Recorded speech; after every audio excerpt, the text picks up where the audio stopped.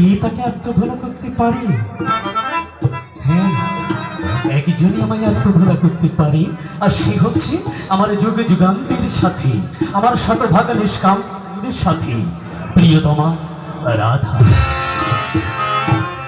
হে প্রিয় ভক্তগণ, সবার উদ্দেশ্যেই বলছি, আমি অদ্বিতীয়,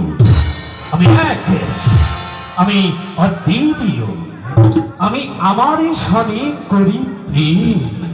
তাই সেই ভক্তকুলের কাছে বিলাবার জন্য আমি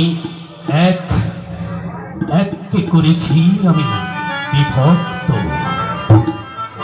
আমার বাম অঙ্গ হতে সৃষ্টি করেছি আমি আমার সমস্ত প্রকৃতিকে, অর্থাৎ শ্রী রাধাকে, আর ডান অঙ্গ আমি নিজে।